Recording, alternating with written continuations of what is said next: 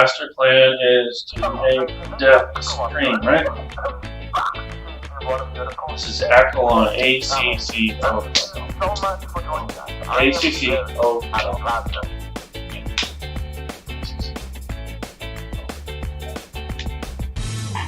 If you've been on this channel, right? Lore channel. Because if you've been on this channel for any amount of time, let's be real, you only need to be on this channel for about a week, right, in order to know that I'm a massive simp for Sylvanas, and for good reason. This chick is hot as fuck. Yes. If there were real life chicks as hot as this chick, you would be simping for them as well. Let's just be real. I don't give a fuck what you say. You would. She is just crazy hot, and she gets just hotter in this spoiler. I do 100%. Yeah, you need like 5 minutes to realize, oh my god, this guy's Frosty Cat. And I say that proudly. I simp for no one else. See, 39 is fucking 100%. living over here. All right, so 39 very you're interesting gonna do things work. that we need to talk about in this cinematic. Things that I think sort of prove what we've been talking about for a very long time. It does sort of lay out what we've been talking about. And what's actually very interesting to me is in a different interview with Steve Denuser, I believe this was like a month ago or something. Alex, when did we do the video about Steve Denuser talking about everything we'll learn? Oh my god, was this a month ago? No, it's actually longer. It's like 3 months ago, I think. This was at the beginning of the Shadowlands beta almost that I got. What is taking up? Steve Denuser said that we'll eventually learn what Sylvanas' plans are, right? What Sylvanas wants to do and what her end goals are. Now, the problem is that they didn't even give us to the end of the Shadowlands. We didn't even know that. Maybe I'll just get her. Because if you just pay attention to the story trailer, 42? She says it. 36? She legitimately tells us what she wants to do and why she wants to do it. Fine, just listen. Nothing is fair. Not life. Not death. I think by So the way, she doesn't. this is very specifically done. The fact that they showed this particular image was very much on purpose. The way you know that this was on purpose is if you read Before the Storm. In Before the Storm, Sylvanas looks back, right? Sylvanas looks back at the at Varian as he's sort of dying, right? And she feels actual sadness. Yeah. She feels actual sadness for what is going on there. So I do believe that this was done very much on purpose. Listen to her voice here. Not life. Not life, not death. Right? She is 100%.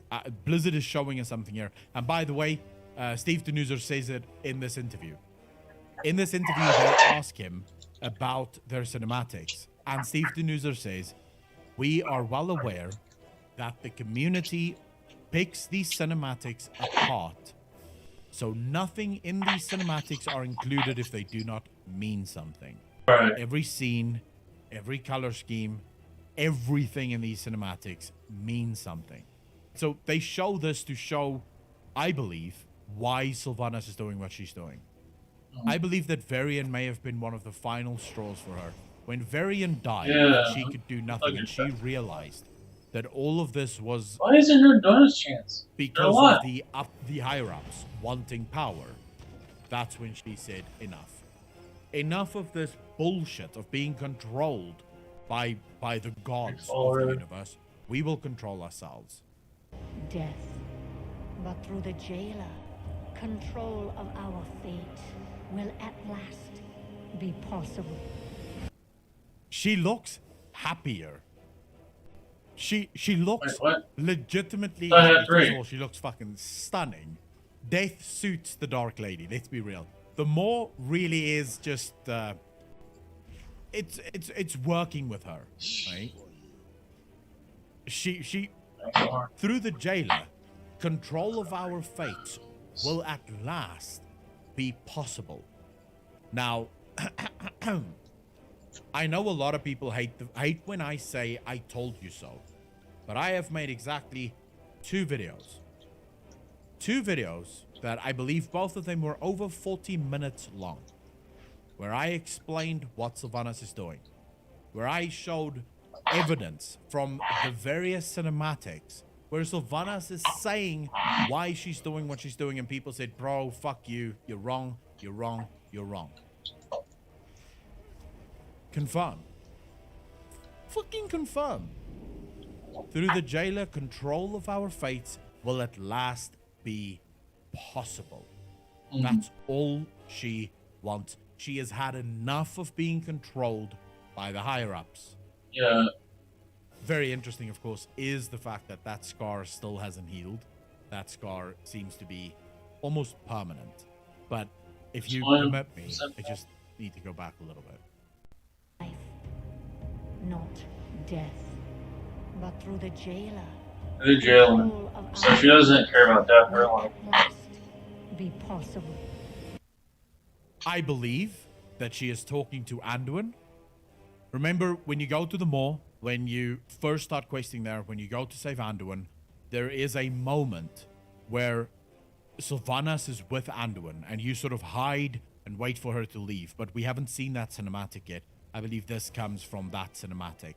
She is talking to Anduin. She is trying to explain to Anduin what exactly is going on here, right? So she's actually trying to Next up, of course, we have this just what she's doing insane is right. scene that they've portrayed here, which of course gives a lot of Thanos vibes to it, which again I believe is on purpose.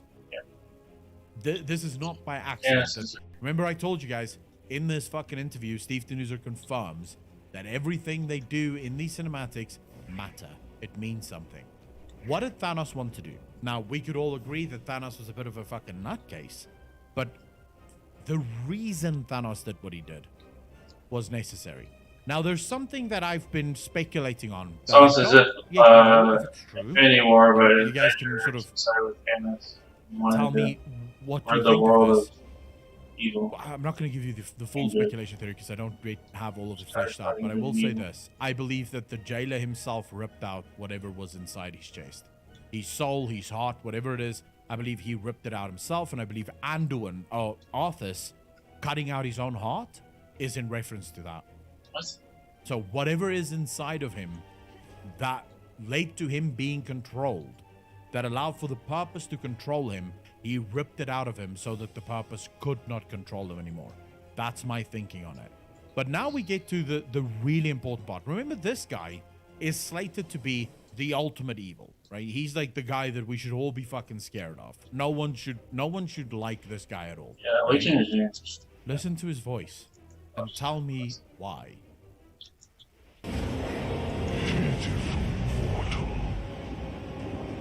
Hey, we'll get that then.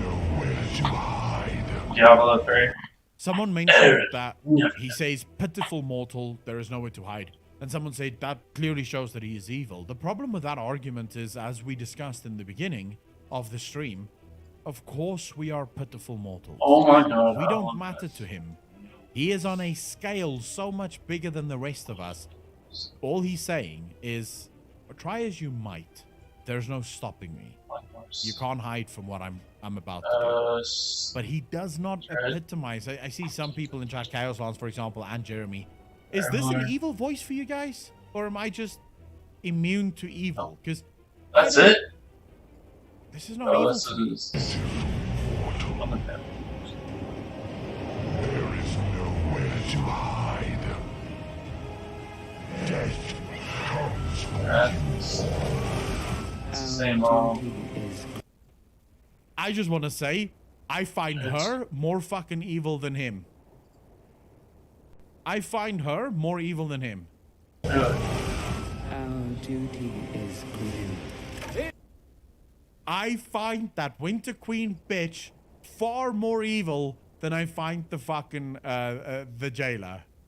The Really? jailer does not sound evil to me. Powerful, yes. Evil, not so He much. sounds desperate. This the best you can do? Many have been lost. Lesson. You know what must be done. Now the question is, you know what must be done, and showing Thrall right after it. Is No. Blizzard trying to show us that Woo! he was talking to Thrall? Lord, Is this hell something? no. Because remember, Thrall tells us that he was the Just jailer, started. sort of, shall we say, they were tasting. He I was don't know tasting what them. to get. This So one- it wasn't so much that he was torturing them; it felt more like he was tasting them. Is this something that the jailer told him? It does appear as if Thrall is reacting to something. The problem is, reacting to what? Reacting to why? And what's going to happen to Thrall throughout all of this? Why is he tasting them? I believe he's tasting them because of what Sylvanas says at the beginning here. They need an army worthy to take on the first ones. We're going to tear it. Of course, that's the cinematic I want to see so fucking desperately. The one where Tyrande kills Nathanos. I genuinely can't wait to fucking see that. Of course, there's a lot that we have to talk about when it comes to Tyrande as well, just FYI. To anyone that might be wondering. Tyrande is missing. She's the only one that we can't find, right? We don't know where she is. We don't know what she's doing. She's just fucking gone. And we know that Yeah, we know. she's got some, shall we say, yeah, we do get kill stealed by an NPC. Damn, they're another all fucking one- kill stolen by an one NPC, for destruction, arriving just one at the for right time affliction, one to ensure for that we are not the technology. ones that kill them. But anyways, all these NPCs, they work so hard to save Azeroth. You know, I feel bad for them. But anyways, us being the slaves of Azeroth aside, Tyrande's anger keeps growing. Oh, wow. We know that Malfurion is trying everything in his power to save her. This is something, this is a story that I think is going to come to the fore as well. And if anything, the war that Sylvanas and the Jailer is currently fighting Tyrande may be the It is, only of person course. that is directly poised That's against our it. If 3% I'm drop, right? correct, that war that Sylvanas Very well and the done. Jailer is fighting is against people like Yulun. It's against the first ones. So Tyrande may actually be the only one standing between them at this point. To tear it all down. The light is with me, even here. Sylvanas Of course, actually he's probably states- been whispered to a lot. just listen to the voices here. We're going to tear it all down. We are going to tear it all down. I said this from the beginning. Sylvanas saying that this world is a prison, right? Her saying that this world is a prison. We've shown it now. How many times have we shown this now? Where we've gone through the motions. We've explained the story. Chat, you and I have had this conversation a million times before. You guys say this yourselves. Something isn't quite right. And what is even more interesting about this is if you go to Steve Denuzer's interview, which we will of course fucking do, Steve asks the question in this interview, did the Shadowlands function correctly before the Arbiter broke? I don't think it did. And I think that is exactly what they're turning against here. That is exactly what Sylvanas and the Jailer is trying to turn against. It's them saying, enough of this, we no longer want this. Now, this raises a bunch of rather scary questions. And questions that I cannot fucking answer because I genuinely do not know. But what did the Jailer do to betray his brothers in the first place? If his only goal is to destroy the system so that we can be in control of our own fates, why is that considered such a big evil? Why is that something that is considered bad? I don't know. The light is with me, even here. Very interesting way to end it. the light is with me even here. And listen to what the jailer says. Nothing escapes the law. Nothing escapes the Maw. I wonder if Blizzard may be giving us a little bit of a vision of what might lie inside Torghast. Remember, we've discussed this before. An ultimate evil, perhaps a prime evil, lays at the very center of the Maw. Could Blizzard be using this as sort of, what's the English word for it? Foreshadowing of what might come. So light doesn't escape the Maw. It seems like nothing can escape. Once you are inside the Maw, you are there for eternity. Getting out of it is near impossible. It's impossible. Cannot happen. Nothing escapes the Maw. What if the jailer is trying to lure all the other cosmological forces into the Maw so he can trap them there? Right now, I don't think any of them would want to go into the Maw. Like, I don't think they would follow him in. And I do think that they can turn the Maw into something normal again. It would be up to how the Maw became inescapable in the first place. But yeah, I just think if by now, like, can I just ask, chat? Who of you still don't understand what Sylvanas wants to do, even after all this time? I will not judge. I just want to know. It's more about the light, about the temporal forces, if you will. Raise my hand just for a troll. Can't escape them all unless you have the blood of the first one. Sounds sinister for me. With her, she wants to break the cycle. She wants to end our slavery. Understand what she thinks she's trying to do? And I'm personally all for it, just FYI. How does her plan make it fair for the living? Any slavery is always what do you mean? I mean, how does it make it fair for the living? It makes it fair by giving us freedom. do what? Right? Giving us the freedom to decide what we want to do and how we want to do it. Oh yeah, ensuring that we don't have to bend to the will of these cosmological forces. I did actually cheer for Sauron in Lord of the Rings. I did actually cheer for Sauron. I like evil characters. I've said this before, right? And as the jailer, I like Neil deGrasse Tyson and Carl Sagan explaining the more black holes to us. I mean, it is possible.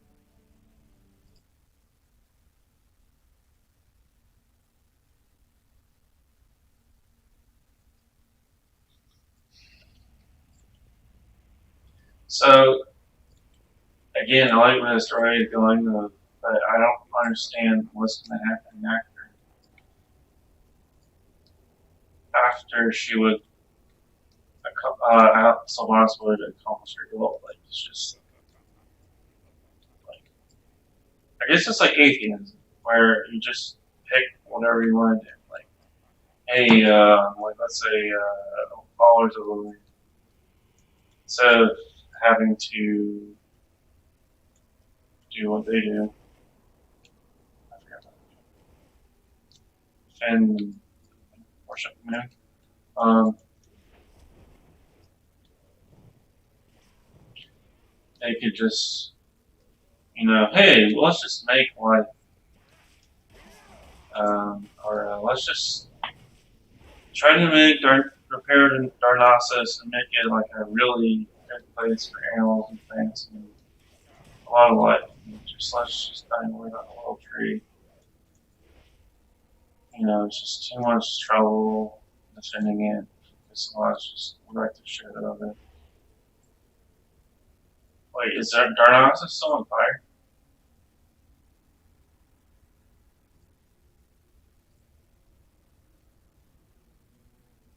I think it's phased. Anyway,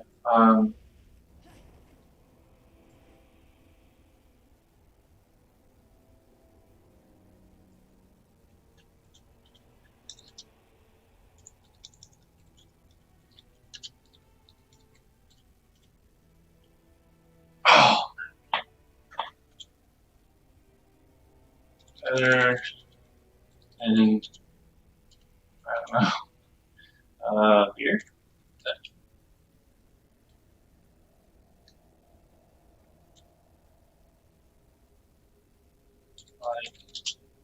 And impact.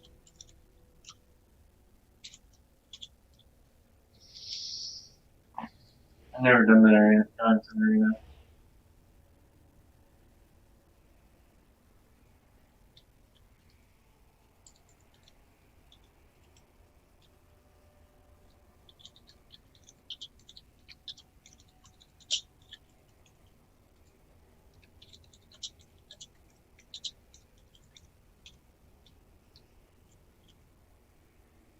Oh, it's trade. That's trade.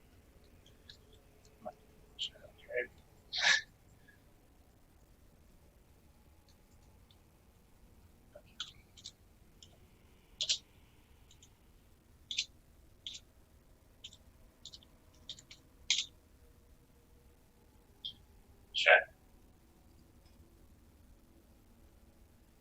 Where's this channel thing? Chat channels. Trade. Why is General locked out? Local defense. Local defense. Or move.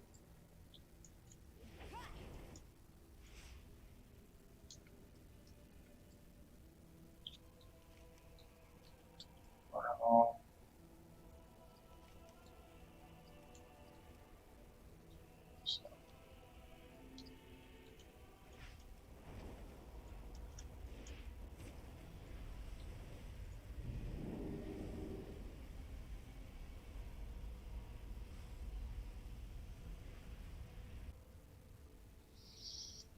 Take some gold.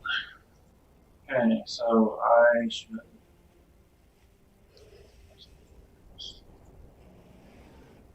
Stop. Can I assist you? Till next we meet.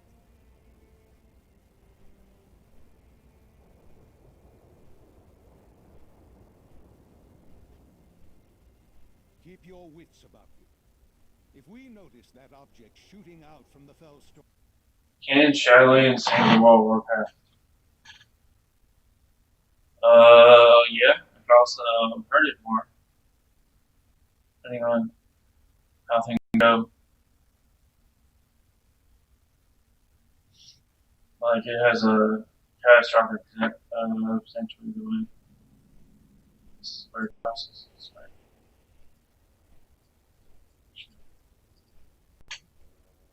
Oh. I like it.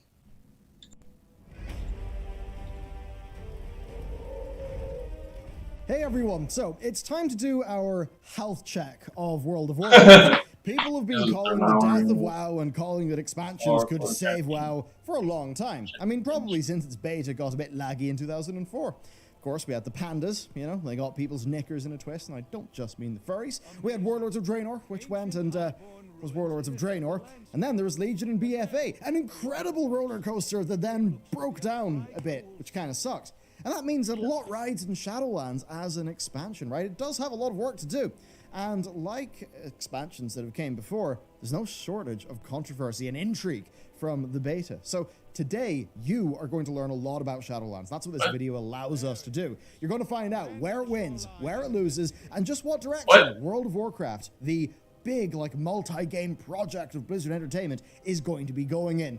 Also, it's a new month. We are doing a pretty nifty special this time around. It is our 2020 channel pin. Man, these look so good. So there's this. There's also going to be the Demon Hunter pin this month as well. I know, 2 pins. Madness. And of course, art from the art team that I guess I have to show like this because of the shape of my arm. Of course, you can get all of this as well as behind the scenes early access, the daily briefing as well over on Patreon. And Patreon seriously does help out what we're doing so much. I mean, hey, we've just commissioned a 3D artist to do something pretty damn nifty that you're going to see in like 2 weeks. I mean, this is a 3D artist who did work for Game of Thrones. It's pretty cool. Okay, patrons, thank you for your support. It is going to make just what we're doing so much better as we head into the Shadowlands. Oh. Viewers, thank yous too. Okay, with that said, let's get going. In any sort of video like this, the first thing we've got to do is establish our baseline, and that is the state of WoW. World of Warcraft is actually doing extremely well. As per Activision Blizzard's financial earnings reports, it is doing incredibly. World of Warcraft subscribers doubled in the quarter after Classic came out, and, well, the previous quarter is the one that ended just after 8.2 launched. So, what does that mean? Pretty simple. Classic carried the hell out of World of Warcraft in 2019. Yep. And that's the thing, Classic will do pretty great, probably until Naxxramas, which should be later on this year. And I'd say after that it still will have a decent tail to it, but players will move through it and they will run out of things to do because it is a finite game. Of course, Classic TBC will help a lot. There's a lot of rumors right now, and we can expect that in 2021. And that, I would say, will hold a lot of World of Warcraft interest from 2021 to 2022, just like how Vanilla held it from 2019 to 2020. Then, of course, Classic Wrath will absolutely happen. That will probably hold us from 2022 to 2023. I think that is basically just almost guaranteed financial success for Blizz for a good amount of time. After that, though, yes, it's possible that there could be some struggles if things don't change in the modern game. What we do know is that the Classic project is a humongous shot in the arm that will work for a good few years. World of Warcraft, the business, will be insulated from the quality and the woes of the modern game for years of Classic. But after that, and no matter what, modern World of Warcraft will be what Blizzard will have to rely on. And with it, along with Call of Duty being one of the two main financial pillars of the company, the state of modern World of Warcraft means a lot for Activision's, well, stock price, and them being one of the hottest publishers in gaming. Oh, So, indeed. doing so well, does World of Warcraft need saving? Is this a totally pointless video? Well, we've got to define success. I would say here, success means growing in terms of users, retaining those users, and of course, driving more revenue from the users that you've got. And of course, in a growth-driven market, stagnation is essentially failure. Warlords of Draenor damaged World of Warcraft. We actually made a video, the last one in this now two-part series of WoW being saved. We made that in Legion Beta. And Legion pretty much did do that. It was a dire state for World of Warcraft at the end of WoD, but Legion got people back. WoD, of course, wasn't just a letdown, it was a heavily marketed letdown, and that meant that people knew. So, with Classic helping out, WoW is going to do just fine, as long as it does not have a complete disaster. Modern may need saving for some of its own players, but for the next few years, I think that is basically it. So, does World of Warcraft need saving? Well, games live or die by their reputation, and modern reputation, I think, does need saving. There is a lot of good, there is a lot of bad, and I think that is a little bit of the problem. It is a surprisingly controversial game, a game that I think makes stumbles that it really shouldn't. Long term for Blizzard, what they need to do is they need to convert Classic fans into modern fans. If they don't do that, then Blizzard's most profitable intellectual property will face risk. And that is the challenge of Ian Hazzikostas' development team. There was, however, a time not so long ago when we asked ourselves a very similar question. Battle for Azeroth damaged World of Warcraft, but in a unique way, and one that must be contrasted with WoD. At a basic level, Warlords of Draenor fell flat because it didn't offer enough content. It had severe problems, yes, but leveling was great, dungeons were great, raids were great, but it didn't go the distance. Month 1 was fine. Yes, there was a lot to do, and sure, Garrisons isolated players and didn't really live up to their promise, but people still had plenty to do. But that month ended. Patch 6.1 then came along, and it added almost no content of note. Patch 6.2 added an okay zone and a pretty good raid, and that was essentially it. This was an expansion that had, I would say, mediocre systems and good enough content, but nowhere near enough of it. And that meant that players were just not interested in sticking around. The value proposition was not there. And that's the thing, no matter how good that WoD content was, there just was not enough of it for people to actually stay subscribed. So they left. I think it's telling that the most fun version of this expansion was probably when Mythic Dungeons, Valor Points, and Time Locking came in with patch 6.2.3. Importantly though, classes were still simple enough. And borrowed power wasn't really a thing, save the Draenor perks you got while you were leveling, and regular things like class sets. So that's Warlords of Draenor. It was a pretty solid slice of World of Warcraft, but it was kind of a low-fat version, and there wasn't enough of it. People left, but I think they felt frustrated. They didn't have enough to do, but I don't think they felt like the game was massively fighting them. They just felt it was no longer of interest. And that's where we have to talk about BFA. Yeah. BFA. I do not think that BFA had enough content, but what's different from WoD is that that was really not its big problem. Warlords of Draenor in many cases was a great game for core players, but there just wasn't enough of it, and that's the difference. BFA was not a great game for hardcore players, and it also wasn't a great game for the casual players. They didn't get the promise of war fronts or islands or any of that. Class design changes, of course, damaged all aspects of gameplay, like the GCD. This, of course, impacted WoW's most dedicated players the most. Azerite was far less interesting than Legion's equivalent, and all of this impacted, well, players, regular players. Because as a casual, you could go, you could get your Legion skins, you could faff about that casual stuff, and you'd be fine. But not so much here. BFA was full of so many issues, what in software people kind of call anti-patterns, right? Designs to solve a problem that end up having the opposite effect, or maybe unforeseen consequences. Azerite punished multi-specking. Azerite punished you for getting better gear because you had to re-earn your traits at the beginning. Reforging also punished you from playing multiple specs, and many more things. To cut a long story short, Warlords of Draenor had a small amount of content that was pretty fun to do, and you could raid log at the worst case and you'd still have a pretty okay time. But with BFA, there was more content to do, but it was mired in systems that fought against you every step of the way, and that dared you to do things you didn't really want to do. Now what about the non-hardcore players, right? Well, the war campaigns were short, and they were not that good. The story was fragmented. It felt like vines. It was rushed through so fast that it skipped through so much lore and never did any of it justice.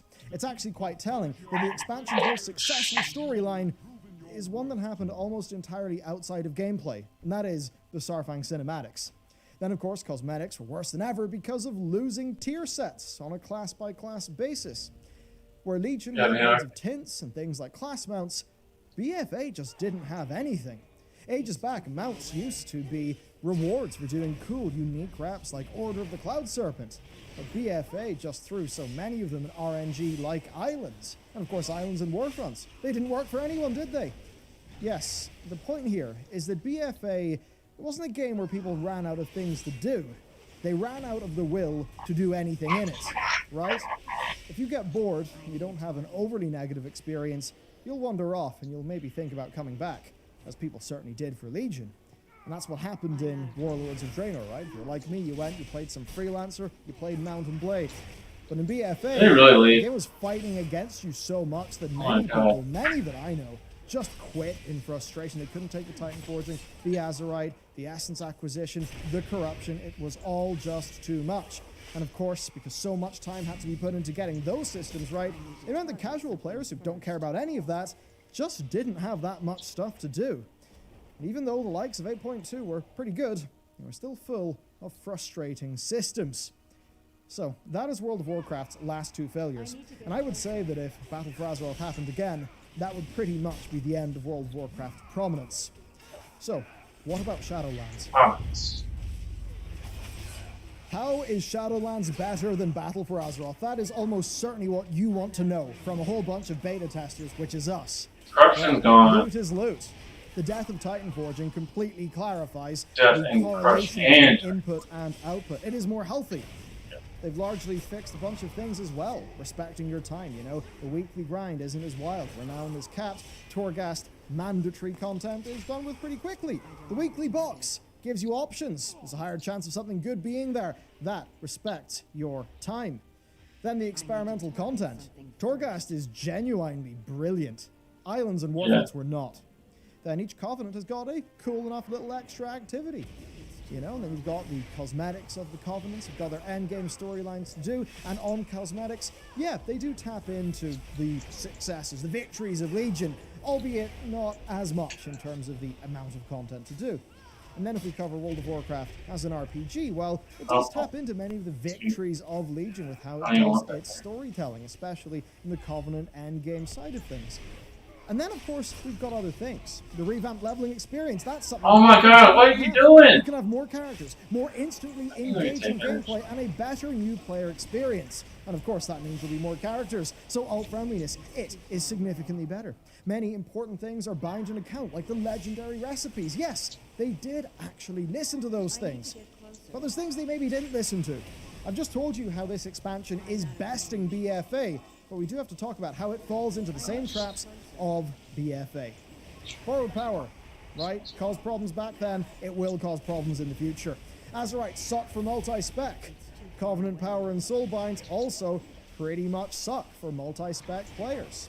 And that 1%er thing, that this is about min-maxing, that's absolute bull. It's not even about the numbers. It's about fun. It's actually about the choice and building your character, because trust me, an ability that's fun for one spec is probably not fun for another one. That's generally how it goes. And that is a rough thing. And, you know, some of it's personal preference. Perhaps you like one Covenant ability for one spec, but maybe you like another Covenant ability for another spec. Tough luck.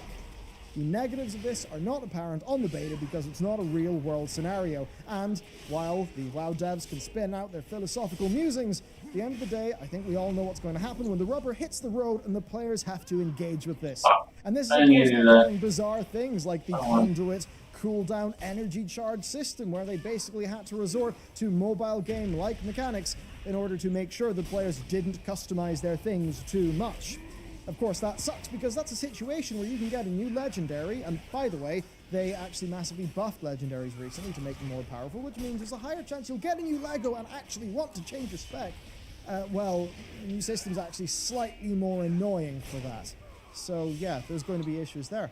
Then of course, Blizzard, you know, they removed reforging because they didn't like you having to return to town to wear your new gear. That's what they did at the end of, was it the end of CAD or the end of MOP? The end of MOP. Well, now you might have to wait days to get your character the way that you want it because you're waiting for energy charges to appear. I don't really think that's particularly cool. I mean, waiting a few days because you've got to earn more currency to buy an item, sure, that's regular gameplay. But waiting a few days for an arbitrary timer? I don't think so.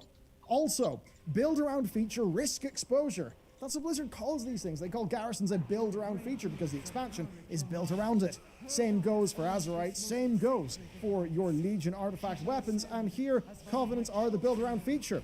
But Blizzard absolutely believes that a player who just cares about their character, what it looks like and all that stuff, that it's not enough for them to pick a Covenant based on what aesthetically appeals to them, what kind of story they like. No, Blizzard really do think there needs to be player power. And what that has done is that's increased the amount of risk in this expansion. And I would say that after years of being minorly dicked around with, I'm just gonna go for whatever. just want a pure version of WoW's mechanics, and for Blizzard to focus on making more content and more rewards. And certainly if you're a casual player and you don't really care about this and you think it's a problem for the 1%ers, well, it does affect you. Because the amount of time that it's taken to fix these things, well, that's going to take away from the time it's going to take to make new content and new rewards for you. Let's talk about this for the 50th percenter. Your average player bang in the middle. Well, Shadowlands will repeat mistakes that led to a lot of top-end player frustrations in the past. Why? Well, these mistakes all stem from Blizzard learning the wrong lessons from Legion. Legion was great sometimes, but it did have many problems, and many of those were actually called out by us beta testers back then too. Legion Legendary acquisition was a humongous problem if you cared about performance or multi-specking, and the same I think that weapon progression. you should be able to unlock your other opponent's abilities. Now, Legion survived Basically, right? I'd say 3 hours of actually like something that's like not too short. Why is that? Well, it was fun for that way in who didn't care about 12 hours of play, Legion had its strengths. And that's where I feel a bit better about Shadowlands, because it taps into both a few of Legion's strengths and also a few of it and BFA's weaknesses. But it absolutely does tap into the strengths of Legion. But hey, you're helping us out. You're doing this. Quite a bit of content to do. Yeah, you get the ability, but you don't get all the progress through, and there's genuine fun to be had for the cosmetic-driven players. Okay. They will have a bunch to do. No, Plus, I'll it's help you pretty alt-friendly. The leveling help you systems out. will actually, well, they'll really We'll unlock a change lot of our allied-based interactions. gameplay because it will increase its accessibility, and that will drive a lot of playtime. It really does feel a bit lacking, I'll say, in comparison to the quantity of some of the unlockable cosmetics that Legion had, so I'd say that Shadowlands is more a mini Legion. Blizzard will absolutely need a content schedule that is far more aggressive than BFA. They will need that. And now that we went through the last 3 expansions and this one, I What think was it's now time to Three answer extra the rings? question of this video. Does the Lord, At the top of this video, no we house defined WoW and needing to be saved as a reversal of stagnation, Final diminishing, or negative Probably PR, five. right? Negative spin, negative sentiment. And while Classic was great for the Get numbers, ready for every BFA absolutely put World of Warcraft plane, into a and state then of probably decline. get- I think that is obvious. Shadowlands is immediately more exciting. We've talked about so many things. Weekly box, Titan Forging being gone, gear is gear. There are cosmetics to chase after. Blizzard has genuinely learned a bunch of lessons on player agency and alt-friendliness. Well, it's the Power still a economy. problem, yes, I mean, but prices hey, will go Legion up grew WoW unless even though it supply had and severe actually, problems you know, at the top end. eat Shadowlands, I'd say, fights with you That's, less than that's BFA did, very and that is a big thing. And leveling, that cannot be overstated. Here's the thing I haven't said thus far. The leveling changes will alone, what they will do is they will Feel like increase wipe your, World of Warcraft's new player crafting conversion rate. material out And and this whatnot. improves World of Warcraft's unit economics. And yet we're going to treat WoW like, I don't know, it's the business model of a SaaS platform. That's a bit of a weird thing to do, but it actually does matter for companies like Blizz. And this is why we need to talk about World of Warcraft's unit economics. This is the sort of thing that's not talked about enough, but it matters massively. It's the kind of spreadsheety bean counting that us, as players who talk about actually playing the game, that we don't really run into, but it matters, right? What is unit economics? Well, to basically explain this to you, okay? Blizzard spends money on advertising. The more players that they can get who actually stick with the game per dollar of advertising spent, the better, right? Now, if the new player experience and the leveling process of World of Warcraft is better, then that will mean that Blizzard's cost to get one retained player into World of Warcraft will decrease. And that's basically the thing.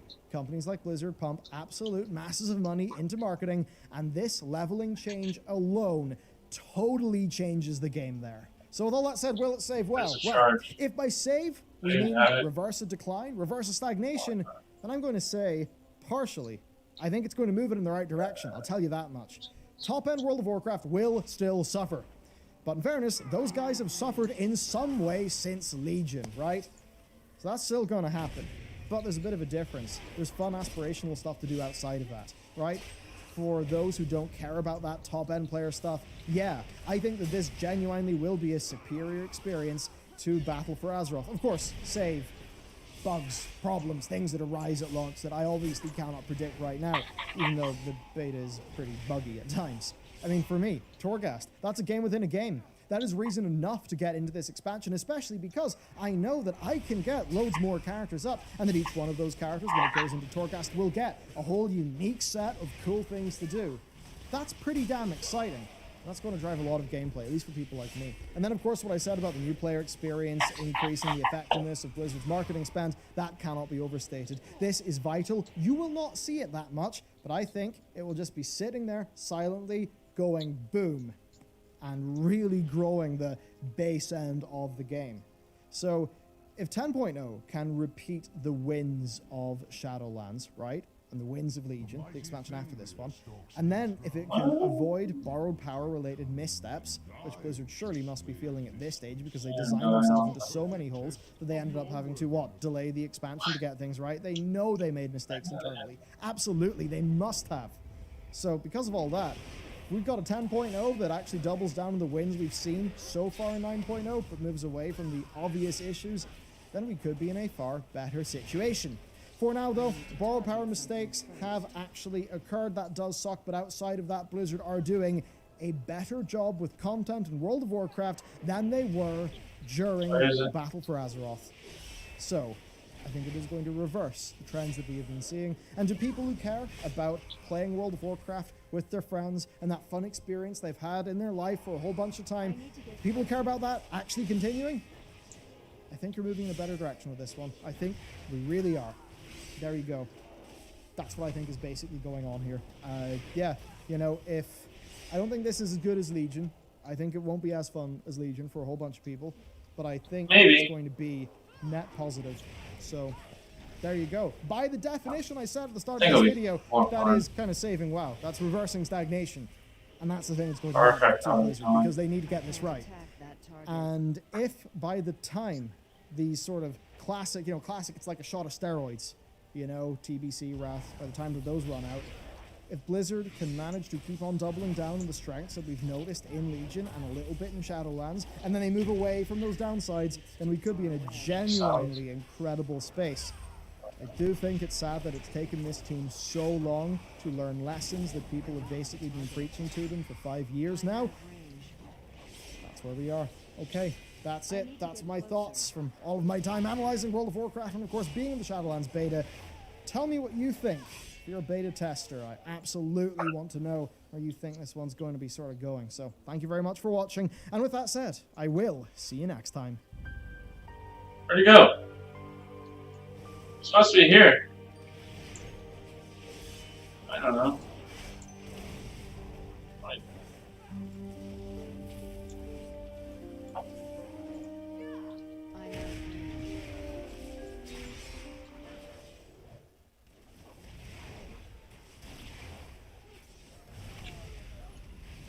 I need to get closer. I need a target.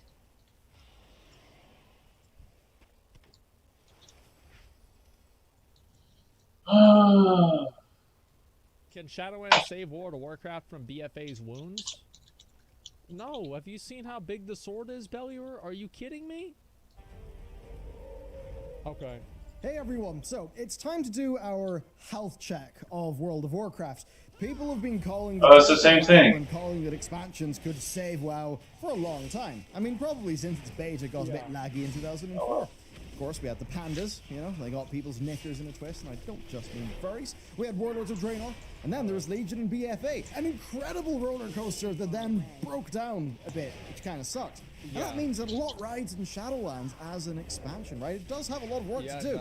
And like expansions that came before, it's just controversy and intrigue from the beta. So today, you are going to learn a lot about Shadowlands. That's what this video will He's gonna 100% do an ad here. Like, there's no way he didn't put on a fucking sport jacket not to do an ad. That was us to do. You're going to find out where it wins, where it loses, and just what direction World of Warcraft, the big, like, multi-game project of Blizzard Entertainment, is going to be going in.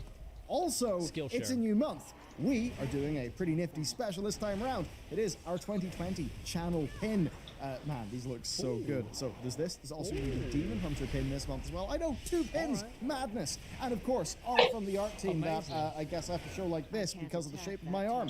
Of course, you can get all of this as well as behind the scenes early access. That's actually really cool. I like that. That looks really nice. Damn. I would get that if I would get that for my mom. She would like that. He's in places, isn't he? The daily briefing as well. There he is. Patreon, and Patreon seriously does help out what we're doing so much. I mean, hey, we have just commissioned a 3D artist to do something pretty damn nifty to see in like 2 weeks. I mean, this is a 3D artist who did work for Game of Thrones. Pretty cool. Okay, patrons, thank you for your support. It is going to make just what we're doing so much better as we head into Shadowlands. And the rest of the viewers, thank yous too. Okay, with that said, let's get going. In any sort of video like this, the first thing we've got to do is establish our baseline, and that is the state of WoW. World of Warcraft is actually doing extremely well. As per Activision Blizzard's financial earnings reports, it is doing incredibly. World of Warcraft subscribers... Shadowlands? Sorry, not Shadow...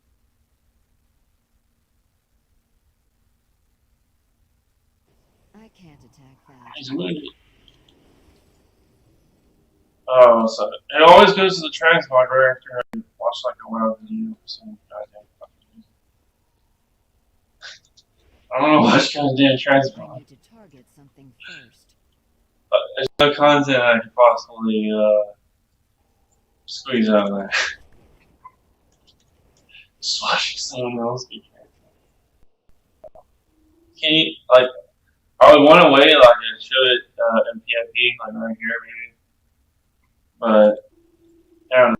I'm not that good. You know.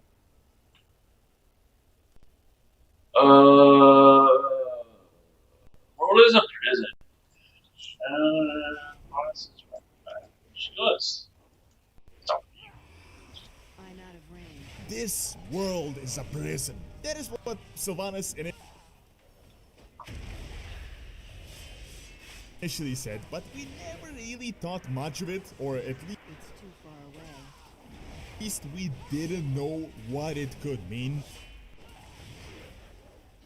However, with the most Oh. recent Shadowlands storyteller, a lot more things Demon are mode. starting to make a lot more sense. What if the Shadowlands itself really is a prison, and what exactly is Sylvanas trying to get out of her The world body is a with the prison, not just it's I'd everywhere. like to thank Ridgevod for All sponsoring this the, video. You sent it to me about a month ago. I've used it. It is great. You can fit 12 cards on the side. All You can fit cash here as well. And it is 6 so of the much order better of the space Cosmos compared to this forces are cold prison. wallet They're all that in I prison. have. There are over 30 colors and styles, including carbon fiber and burnt titanium. There is a lifetime warranty and a test drive for 45 days, meaning if you don't love it, you can send it back. If you go to rich.com/Doron, you can get 10% off, as well as free worldwide shipping. Check out the link in the description. Shadowlands is just like a different cell, a different wing of prison.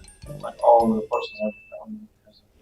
So, in this cinematic, as Um, Sylvanas defeated Black Nova, Flames are shattered the Shadowlands. anchor to the Shadowlands, which was the Helm of Domination, she told us that this world is a prison and that she And will set us Emerald all Dream is free. a Now, in wing. the most recent trailer, she A continues on block saying of that that through the jailer, Black control Flame of our thing. fate will at last be possible. Just this sentence alone could be a gold mine of information on who the jailer is and what is the purpose of the Shadowlands.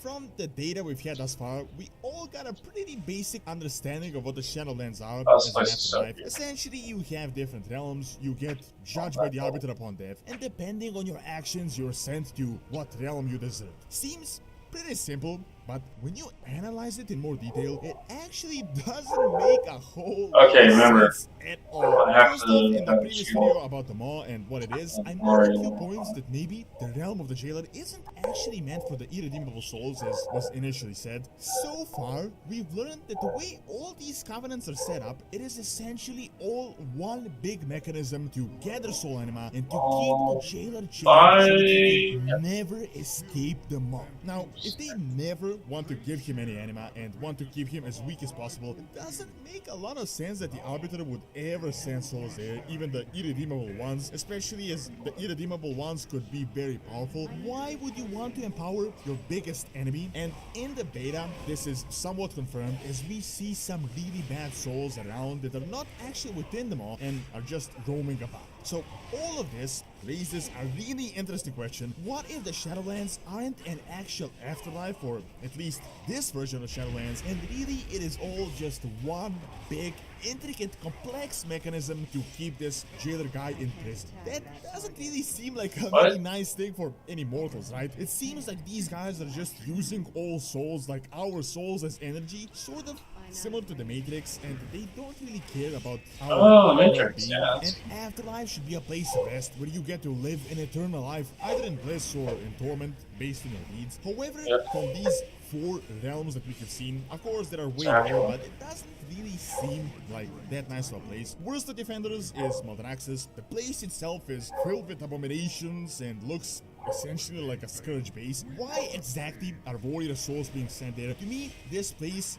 looks like a lighter version of Hell, with skeletons and constant war and non-stop conflict. Sure, warrior souls were special and ambitious, but generally, warriors fought for something. It was the purpose that made them warriors, and it was also their spirit. The best example is Raka. She was tough and fought until the bitter end, but all she really wanted was to defend her son and to defend her people. Now, because she was a warrior soul, she's being sent to battle these skeletons and abominations in this dystopian atmosphere for all eternity. Honestly, doesn't seem like a cool afterlife to me, as in a reward for fighting and dying for a cause. Even Bastion itself seems like the tamest of all, as it is essentially about serving and bringing souls to other realms. So overall, when you think about it, it all just seems like a giant scheme for souls to serve as a source of power, which ultimately has the goal to keep the jailer in chains. Now, why do all of us, all the mortals in the entire universe from all the different planets, care about keeping some guy we don't even know about in prison? And wouldn't upon dying being forced to become a part of this machinery be against our own free will? Essentially, you die and you just become a cog in some machinery you never even knew existed. I think This is what Sylvanas talked about when she said that this world is a prison and that at last we will be able to control our fate. All of this, of course, So then what would happen if he died? in prison in the first place. What did he do? Did he just, Why was like, this mechanism disintegrate? even set up? However, maybe before there was So a that's different it? type of an afterlife where you could choose where you wanted to go, or at least an afterlife that doesn't seem like slavery forever and ever. No Well, you would have to make an afterlife. Now, another You have to, example like, is when the you Eternal Ones, the guys behind these realms, set up this mechanism to sync up with the afterlife before, so possibly it serves two purposes, but it doesn't You have to make her an why afterlife. it is a prison. No, But we're on also the other sorry. side, it could also be Sylvanas saying all of this because she herself is damned to a bad fate, and now she just wants to break the afterlife itself so that she doesn't have to live in eternal torment forever. Now, I don't believe that Blizzard is going for the storyline of how the jailer is actually a good guy and the other Eternal Ones are bad guys, and we need to free him, break apart them all, and that we will now live happily ever after for all eternity. However, I see him more as maybe a necessary evil. He is a villain, but as a villain that we'll have to contend with unless we want to be cogs in a mechanism that was set up for essentially all eternity. Maybe we need to break apart this entire machinery and just deal with the consequences, whatever they are, with the jailer fee, as I guess this has been going on for thousands and thousands of years. Maybe after all this time, they realize that this is a failed experiment and that keeping the jailer in prison is doing more harm than good overall. Now, of course, it is really hard to speculate on this aspect specifically because we have no idea what the jailer actually did, at least at this point, what happened before and what the afterlife is even supposed to look like. However, with the information that we do have, with the words of Sylvanas and everything else, it doesn't seem like Shadowlands is really that nice of a place, even with the jailer in prison, and maybe the machine of death really needed to be broken in the first place.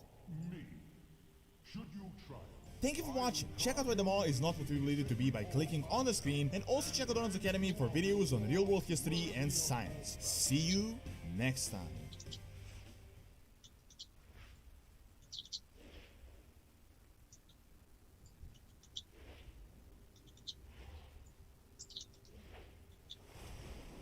It has been ages since I faced a worthy opponent. Let the battle begin! Be warned, champions, I will hold nothing back! I would, you know what? I will unsubscribe from him just so I can subscribe. It's too far away. Again. These are the kinds of videos that you remember after a year. Like, these are the videos that are timeless, that tell a story, and I think we should promote that and we should give that some support. You know what I mean? That's what it's about, man. Why I betrayed my WoW guild. Thank God for that. A few months ago, I decided to declare war on my World of Warcraft guild. Good. Now, you might be thinking, but why, Pine? I thought you Why were a not? good boy. Well, I'm gonna tell you.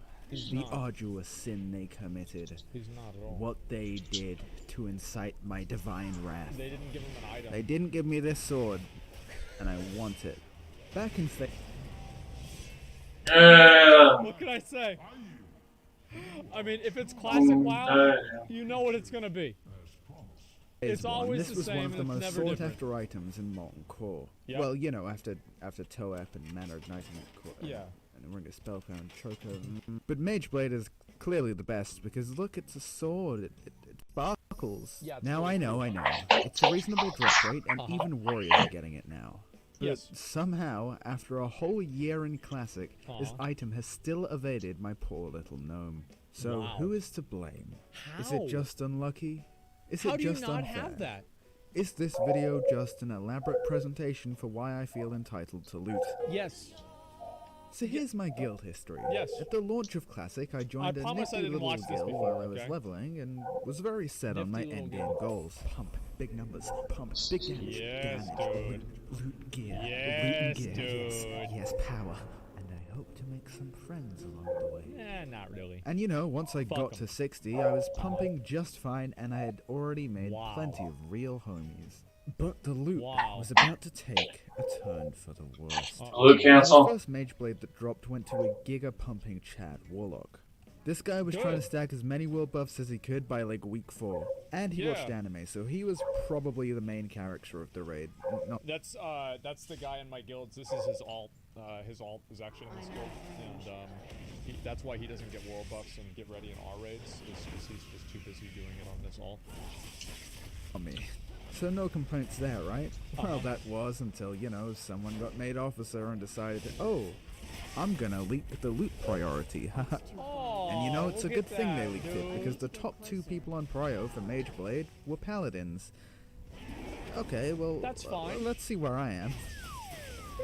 Pint, fuck this guy. I'm never gonna give him any loot. I hate him. He's like Gnome Hitler. I fucking hate Pint. Oh my god. Turns out my GM fucking hated me because of my epic YouTube gaming channel. Or maybe he hated the fact that I tell people to subscribe to Pint in raids. Dude, like, dude, it's the only game that you would ever have somebody that gets that stupid. Like, imagine getting mad over somebody having a YouTube channel. This is like, that is peak classic Andy. And that is peak phase 1 classic Andy. Like, getting mad about that. Holy fucking shit, you have to be a complete moron to think like that. It's like, every server was like this too. It's insane. This peak classic, this is the pristine classic Andy. He believed that my behavior was egotistical and virgin-like. Well, you know, if you're not a tank, which I was not, because I'm a tanker, I was in high school. But the point is that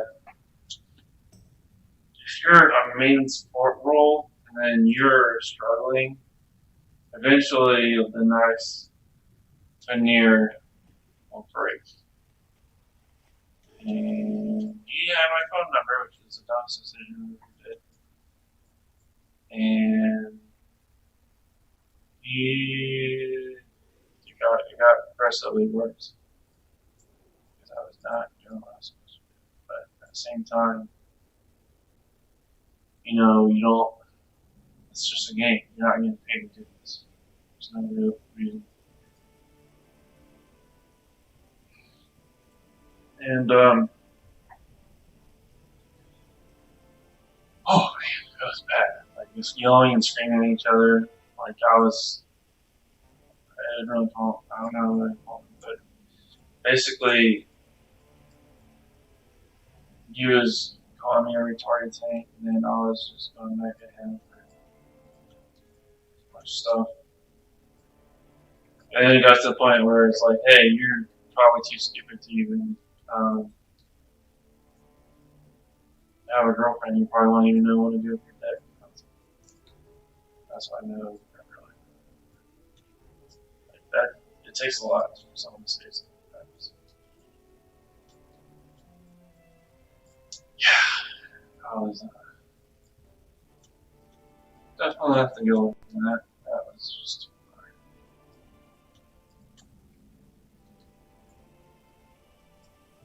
Problem was that I actually had another guild. My alt DK was on the other guild, another guild, and I would always keep my name on the other guild. I was like, hey, you know, I can work this out. I'm afraid to leave the guild. And then I just realized it was over. Like there's no other thing I could do. He was like Fletcher and Woodflesh at that point. He would, if I was in real life, he would probably want to learn somewhat like him. But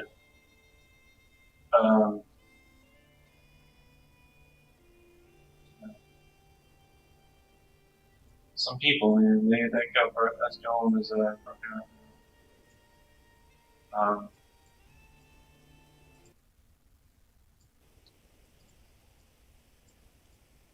And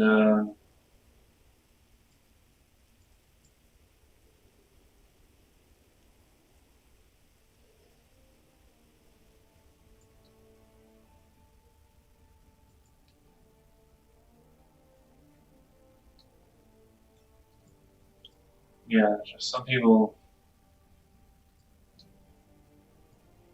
especially with PvE. I think PvP and PvE, or PvX guild, they kind of they're able to like not burn themselves out because they're trying to keep members. because you're doing both types of content. So you're relying on how many members you have instead of just having one.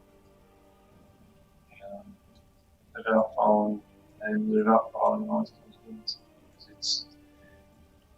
It's always in group. Like you always have a loop council, you always have GD, KP, and then you're always benefiting the top guys, but you're not letting the guys actually rank up.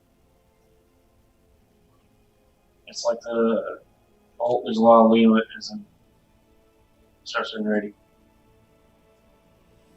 And that was by far the most toxic guild experience I ever had. Is just going from like, hey, you don't know how to tank? Oh, I'll show you how to tank. No. To,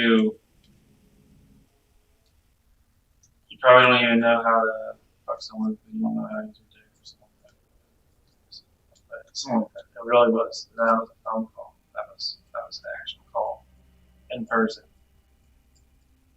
I remember at that time that happened, I was in the backyard screaming at the top of my lungs, like, fuck you, all that. And it's just, that was the worst thing to do because it just completely has to do with it.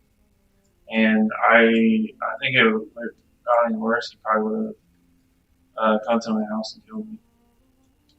So I'm glad I actually got it.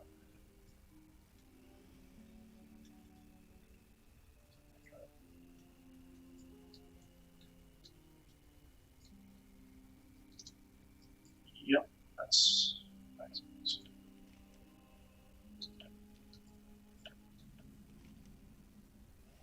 alright. Yeah, I probably would have been. I would have been both. That was.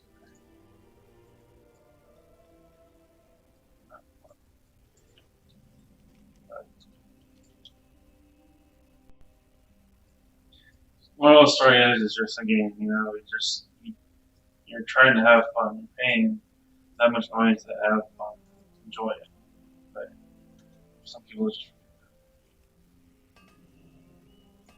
and those guilds always they always do. The guild that I joined, I did that.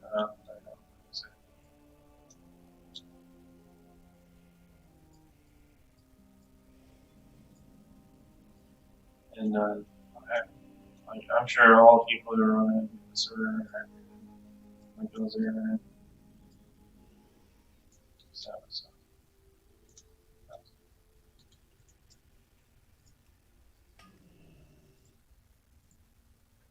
Like Asmongold, honestly, if I have to say it, he reminds me of that guy. Because, like, I'm sure if I was in his guild at the time, he would have. If he was streaming, obviously he would kind of have to back down a little bit. Because phone calls and all that would probably be a little too far. Because he would have to be banned from Twitch or YouTube at the time. It's just CRP. That's before Twitch, really. That would be bad. Like this, I don't want to become that kind of villager if I do. You'll just you're not benefiting yourself from being toxic because at the end of the day, all guild members have an ability to just leave the guild and go to another guild. So you want people to stay. It's better to teach them how to play. And you're not helping them by like proverbially throwing a symbol at their head. You know, they just lose multiple control with the classroom, so to speak.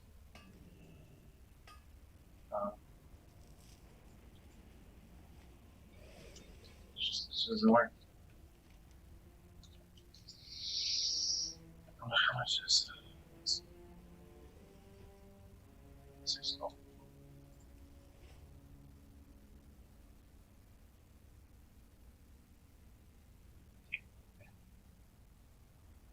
I don't go all that or something goes toxic. Like I was on Stockholm syndrome today. I was at my first serious like reading, and then I realized that I can try to make this work out, and then I just realized now that it's just at a certain point, it's not. Relationship is destroyed. You can do. Like I'm sure a lot of Asmongold players who are chewed out and kill kicked by him, or I'm sure they're probably happier now. Not dealing with that, not doing anything. Sad. Yes. I mean, he doesn't seem to be that toxic though. He just seems to like you either in or out. That's actually that's preferable because that way those players can actually be in the happier guild. And then I'm sure they'll be the builders who are picked will be happier. And I think they'll be happier because you don't have to escalate it.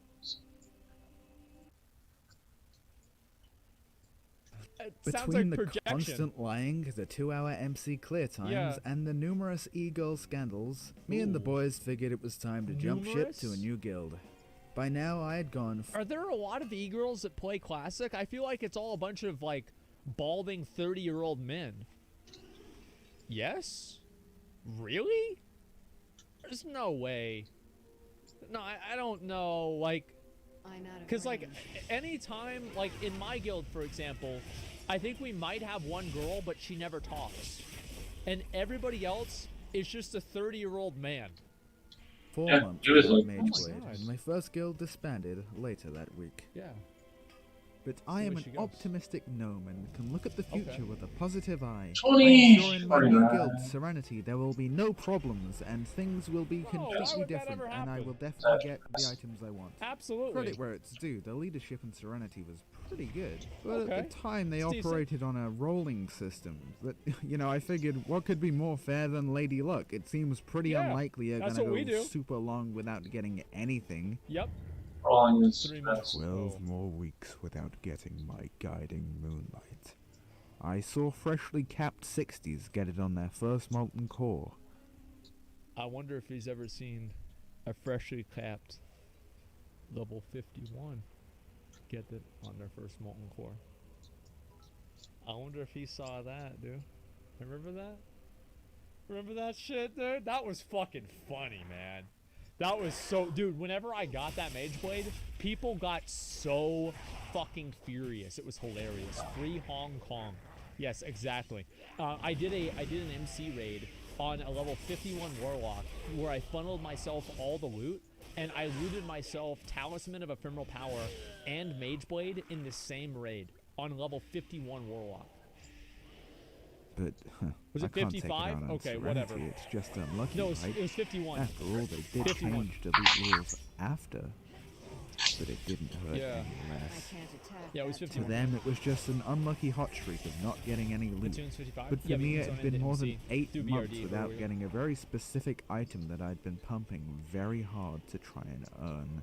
The psychological iceberg of pent-up entitlement was about to tip. You need that sword. So, I decided I wasn't going to take it anymore, and I quit the game to play that video game made for children where you grind every day in hopes of some arbitrary, random, mostly cosmetic improvement.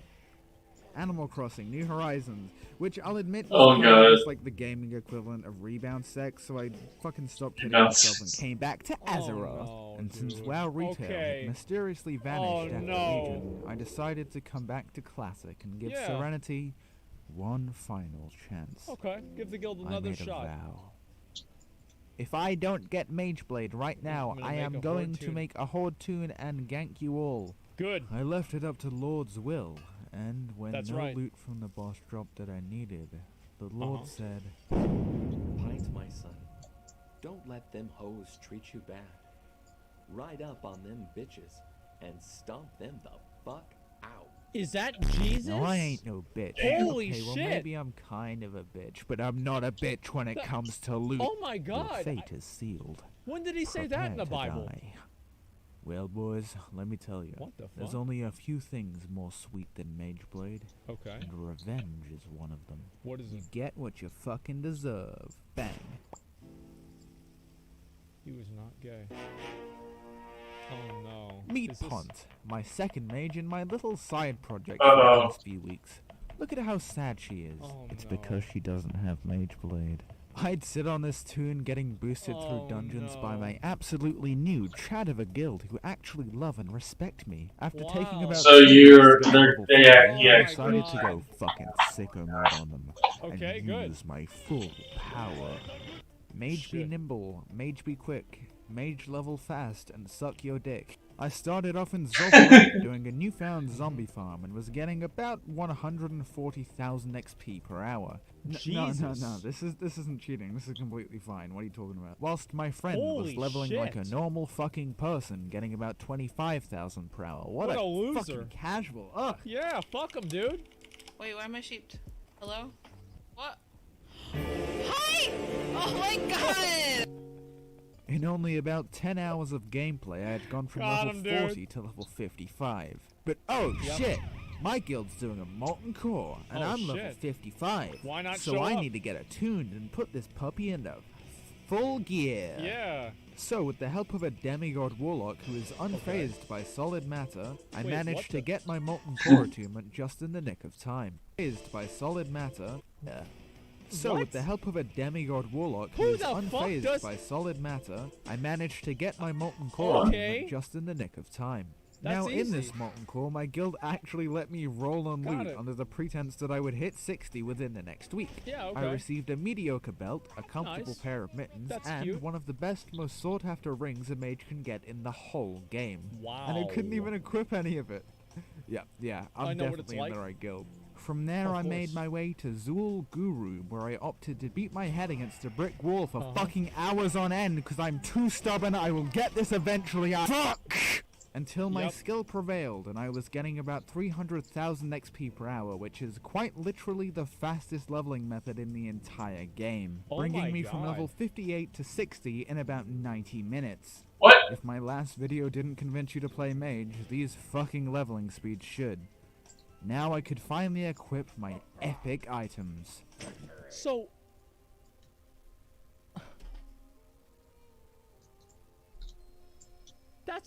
That's insane.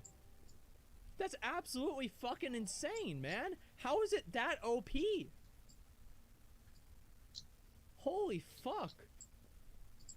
Wow! I look the exact fucking same! Wow. Unfortunately, I couldn't make it to raid the next week, so one of my friends gave me some extremely wise advice. Okay, what did they say? Pint, you should start a GDKP. Also, you are cool. No.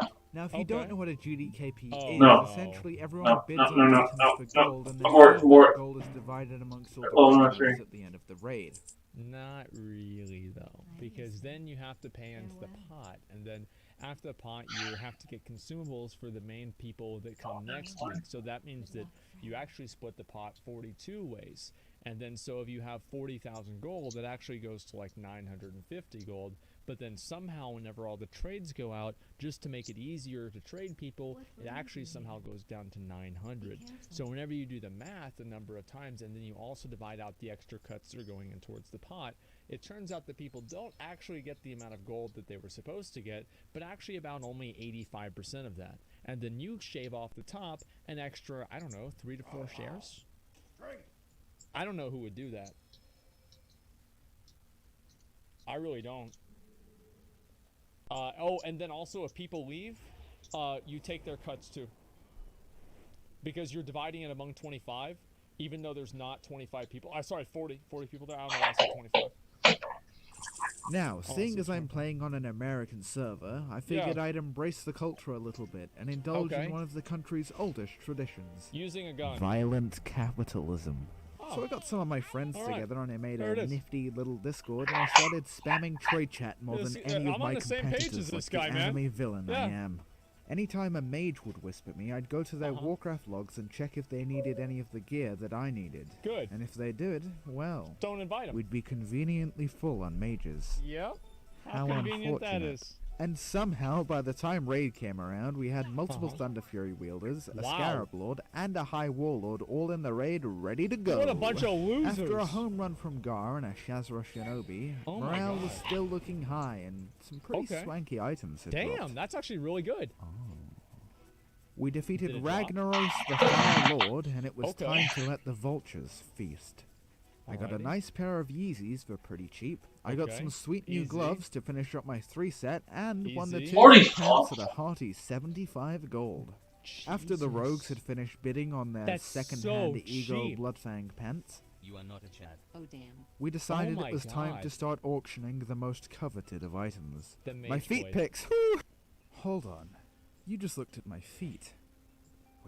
Wait, do you feel that? It's the cold, unblinking eyes of your ISP, hackers, and the Queen of England. But worry not, my dear What? viewer, because with ExpressVPN you can keep all of your activity hidden and encrypted, so that neither Her Majesty nor anyone else can see what you're doing online. Now you can watch all of those Felix makeup tutorials you've been wanting to watch without anyone knowing. See, It's I okay. thought it was gonna. The secret's safe with me. But that's Okay, not all. I know that- you have plenty of time to catch up Okay, on all those it- Netflix they- shows while you wait for they Blizzard got to me. fix Shadowlands I have PvP. been What's got that? there. I did the not hit new expect show that is at region all. locked and you can't watch it? Well, Wow. with ExpressVPN Okay. you can change your location with just one click and watch any show from Is this basically just NordVPN, but it's a different name? anywhere in the world. Look at how easy Oh, it it's is. like- Even a like, mage can do it. Let's see, what do you guys like? Yes. Oh, Okay. All right. I thought So so. I decided to Yeah, watch the rename critically acclaimed NordVPN. Got anime it. Japan anime movie Mary and the Witch's Flower, which is only available in the US. But with ExpressVPN, I was able to change. The final plea of the Army of the Light has reached you intact. The 1,000 Years' War has reached its peak, but the nightmare is far from over. This vessel represents our ultimate sacrifice. It must reach the Prophet. He is the key. None of us asked for this burden, but it is what fate has deemed. Succeed, and the light may yet endure. Fail, and all worlds will burn.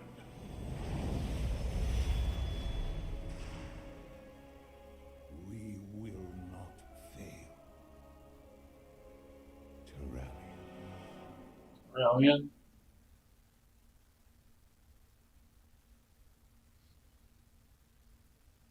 There is much to be done.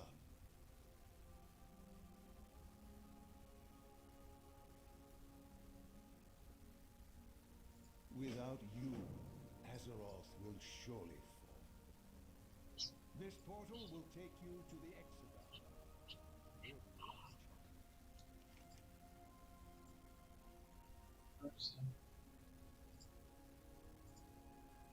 Hold up, okay.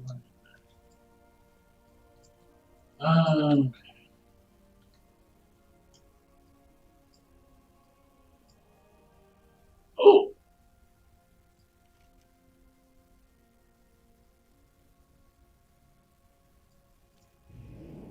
Actually, direction has.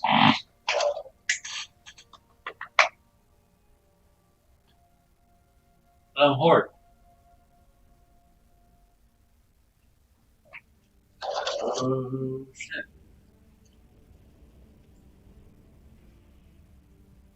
We make our last stand at the Vault of Lights.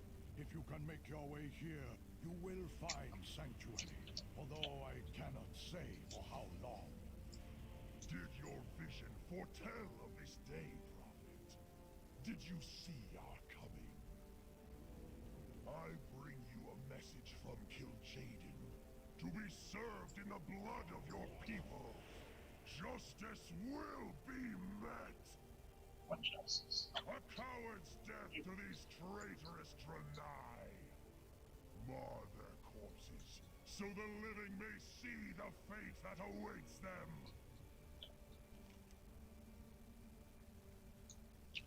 Rakish.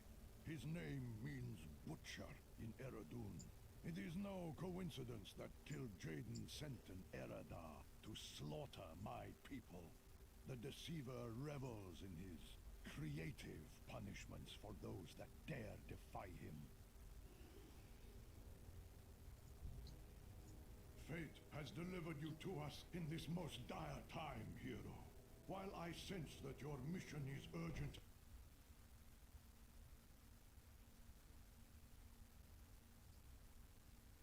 This barrier protecting my people requires all of my energy and focus. I am afraid you must venture into the demon-infested hall.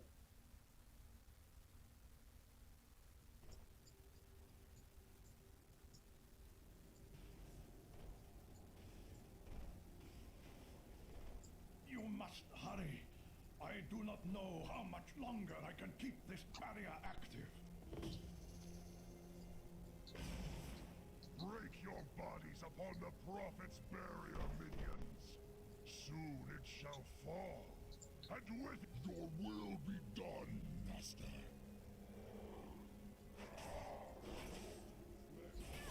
So easily.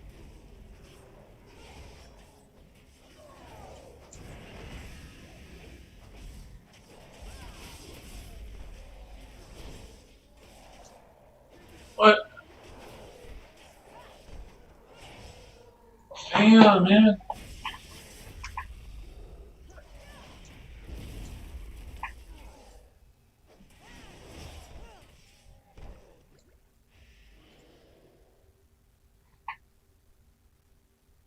Eight of them? Your interference only delays the inevitable. Minions, destroy them!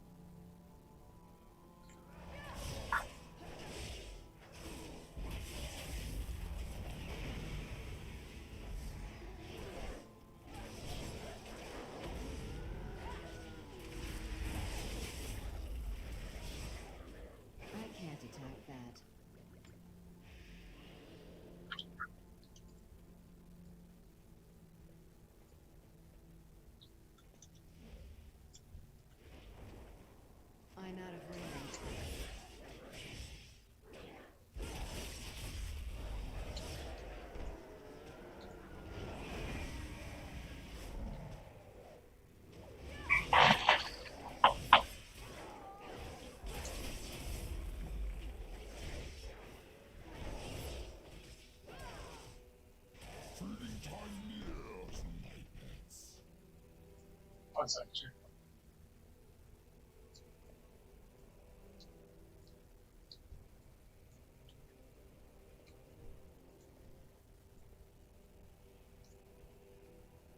No.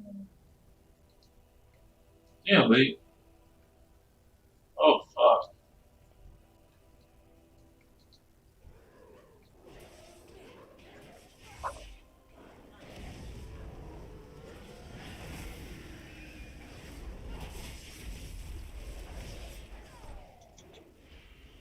It's too far away.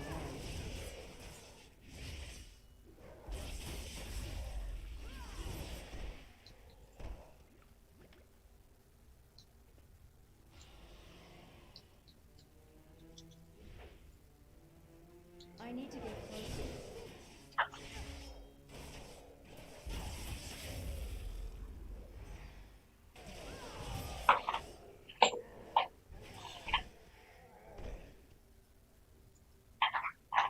Feeding time near, my pets.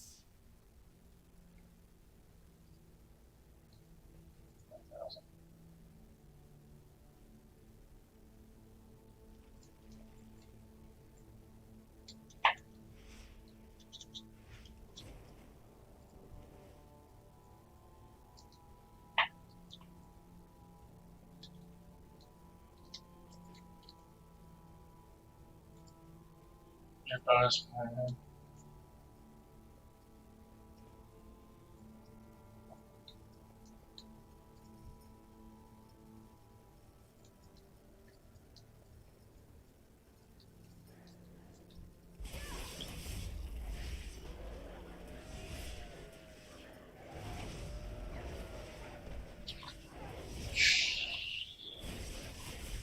It's too far away.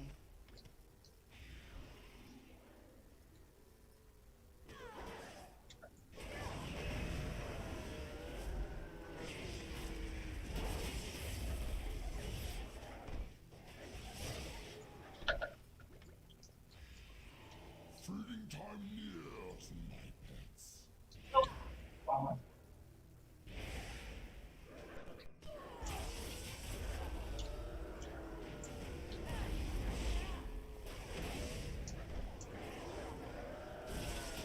I'm out of range.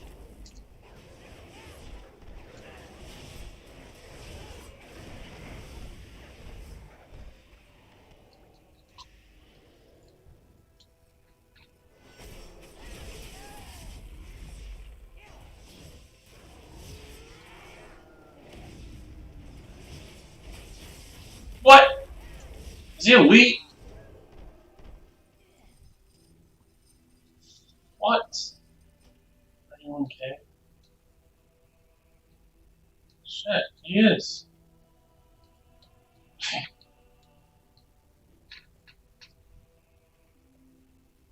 It's too far away.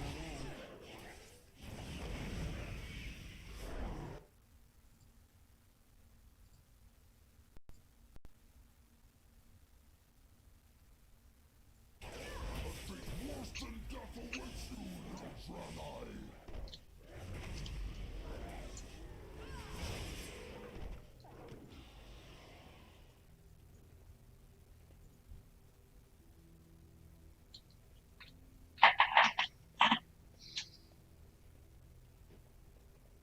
Dragon.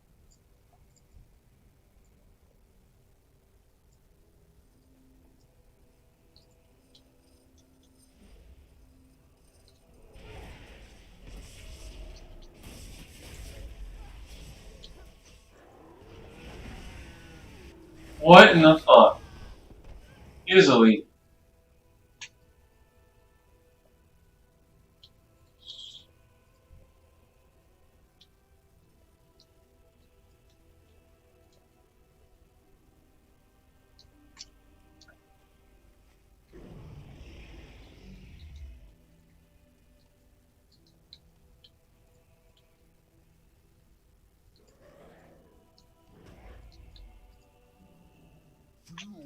I'm out of range.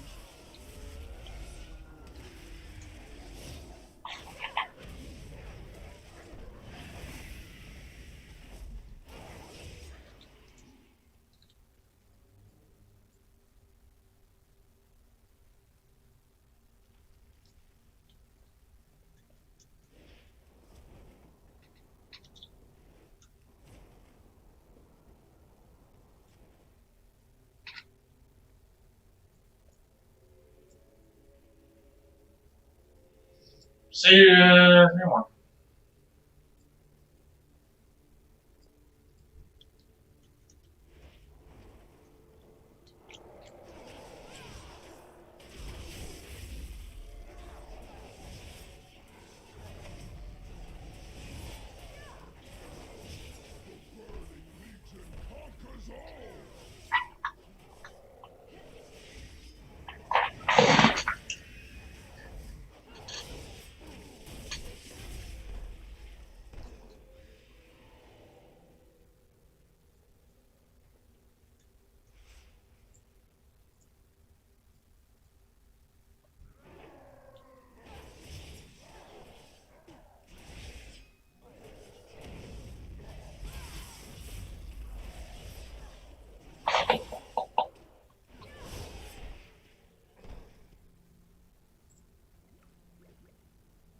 And snare.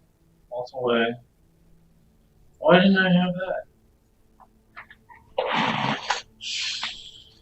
You foolishly stand in defiance of the endless armies of Sargeras. Sisters, bring me their heads!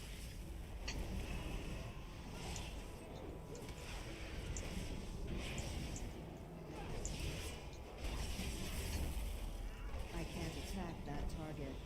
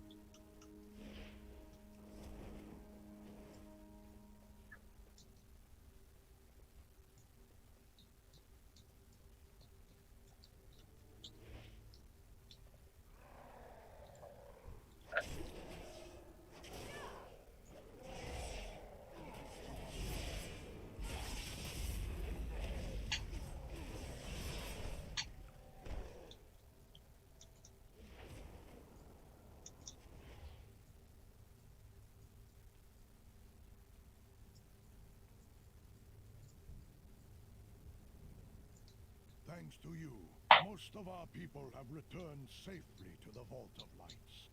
The time has come to focus your attention on the remaining Fel portals and end Rakish's incursion. We have retreated into the collapsed shaft on the northern edge of the Crystal Hall. We're holding back the demon onslaught, but our defenses are quickly falling apart. I don't have a target. I haven't been here in like Divinius, 10 years, man. has crushed the incursion. Yeah. Now is the time to take the Chosen and finish off the leftover demonic taint within our halls. Secure the Exodar for our people once more. As you command, Prophet.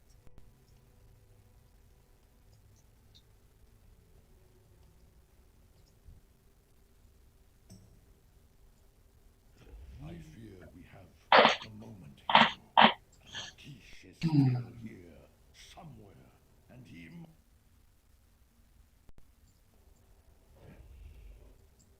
that you have ventured far to find me, and have brought with you a dire message.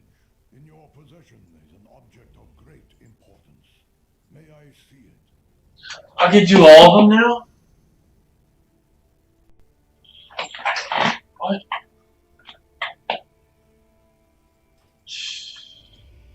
We must unite against the Legion. Mother of Light. I'm sorry. I did not know. Champion, we have to go now. I will explain on the way there. Inform me when you are prepared to leave, but please hurry.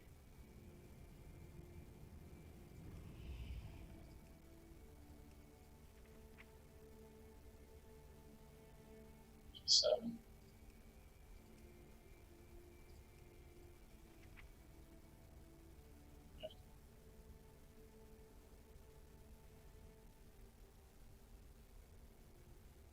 Oh, it's the default one. Not all who want what you have brought to me is known as Light's Heart. It is the sentience core of the Naru Prime, Zira. Locked away within the core is wisdom, knowledge, crucial to our battle against the Burning Legion. Yet only a Naru born of Zira is capable of unlocking the core. This is why you were sent here. This is the true purpose of the Burning Legion's invasion of the Exodar. The last of Zira's line, Oros, sits unguarded in the heart of the Exodar. If they destroy Oros, the information within Light's Heart will be lost forever. For a prophet, you are doing a very poor job of making predictions. It makes music when you beat it. What a delightful creature. I will enjoy ending its existence. Light, damn him! I will guide us to the heart of the vessel. Stay Tigger. in my protective barrier as I cleanse The guy who did the voice for Tigger. the pathway.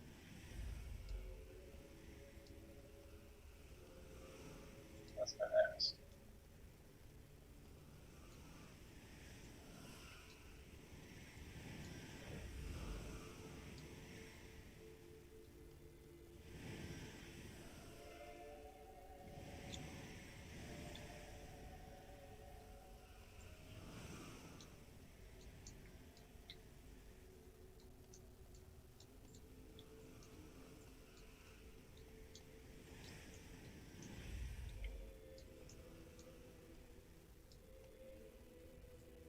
We have made it in time. By the grace and glory of the light, I will heal Oros. Then we will deal with Rakish. Yes. You have lost Rakish. Oros is renewed. But now you must answer for the atrocities you have committed. The fated heroes have arrived. It would appear that you have bested me, Velen. But before I surrender and face the judgment of the light, there is one last thing I must do.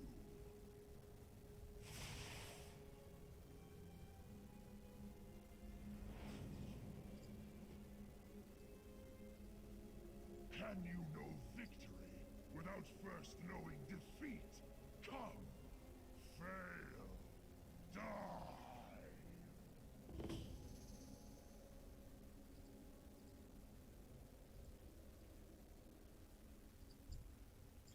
Okay. In my master's house, smolder the burning husks of 1,000 worlds. I am here now to prepare a place for you amidst the ruins of tomorrow.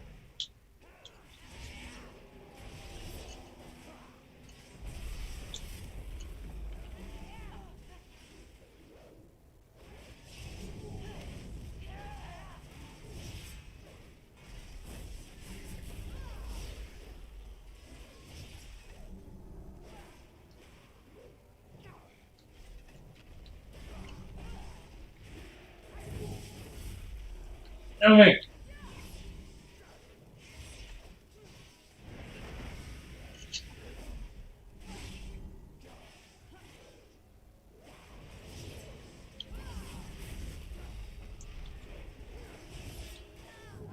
No. What the fuck?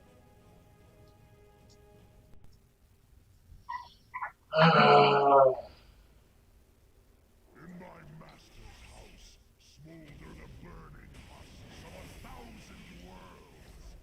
I am here now to prepare a place for you amidst the ruin of tomorrow.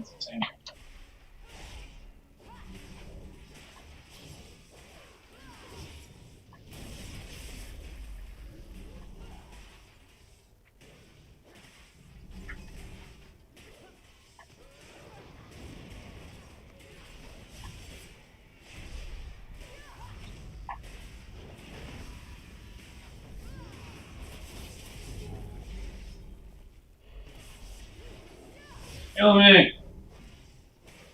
Finally, an NPC that can actually heal.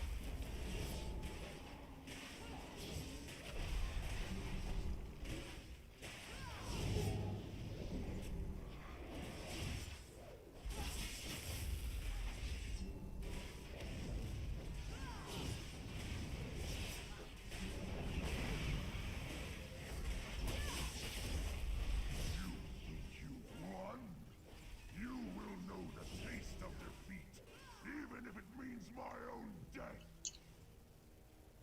From the mouth of Argus comes your doom. I need to get closer. The Annihilator will have its fill and detonate with the force of a collapsing star. Nothing but ash will be left where we stand.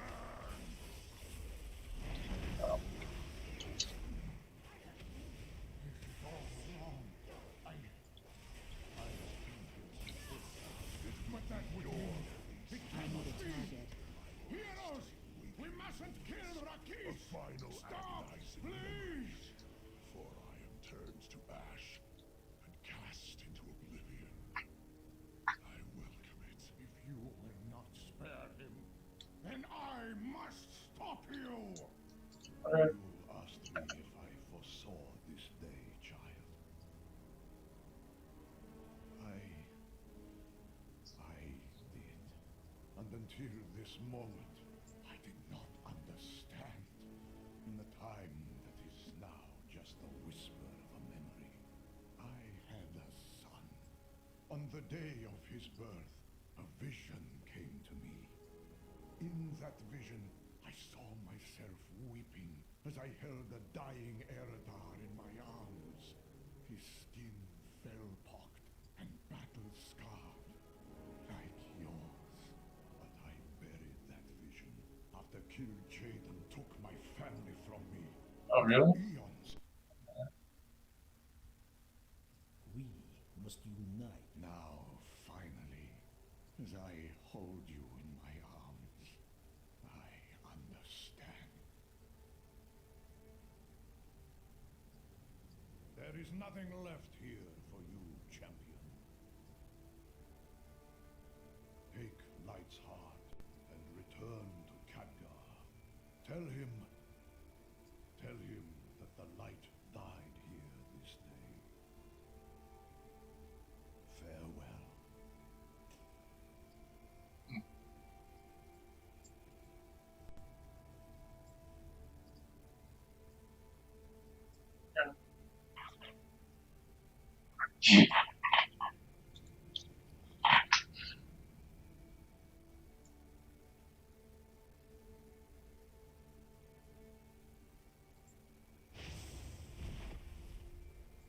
Oh, so cool.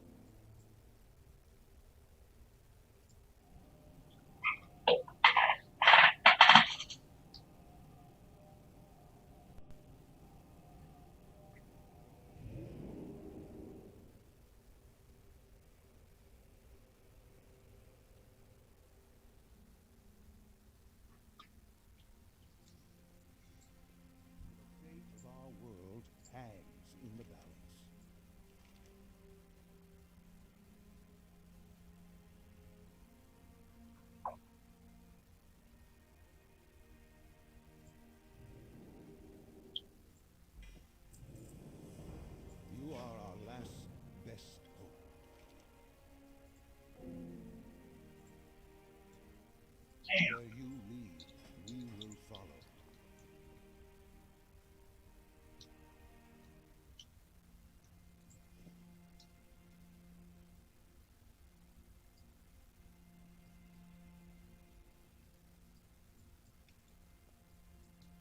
There is much to be done.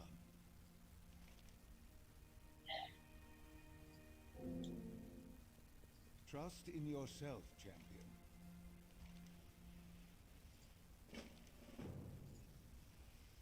Farewell, my friend, until we meet again. Without you, Azeroth will surely fail. Alright.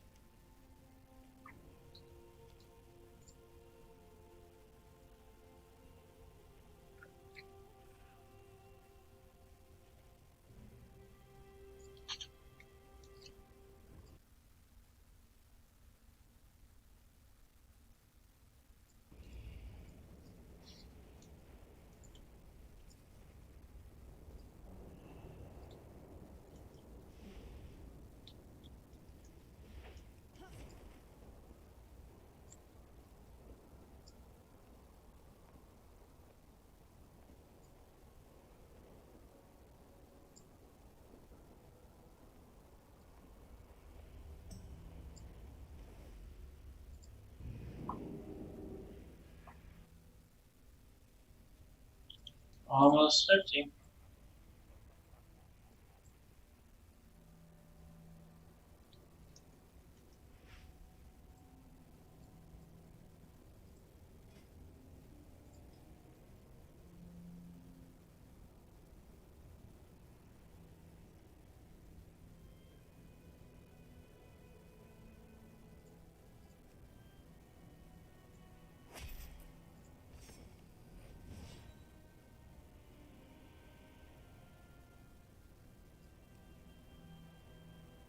The Illidari cannot be stopped!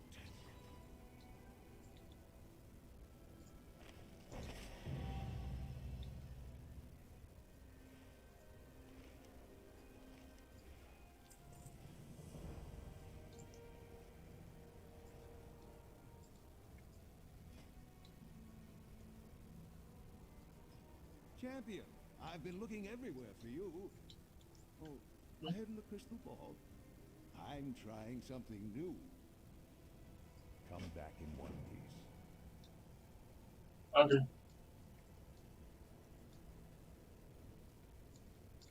Akal Hector.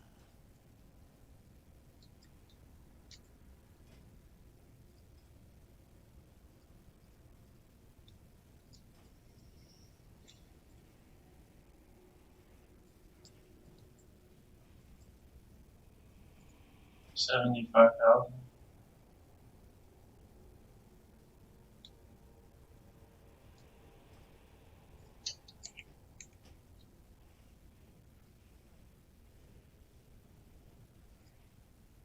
Oh, it's longer. Yeah, 2 hours.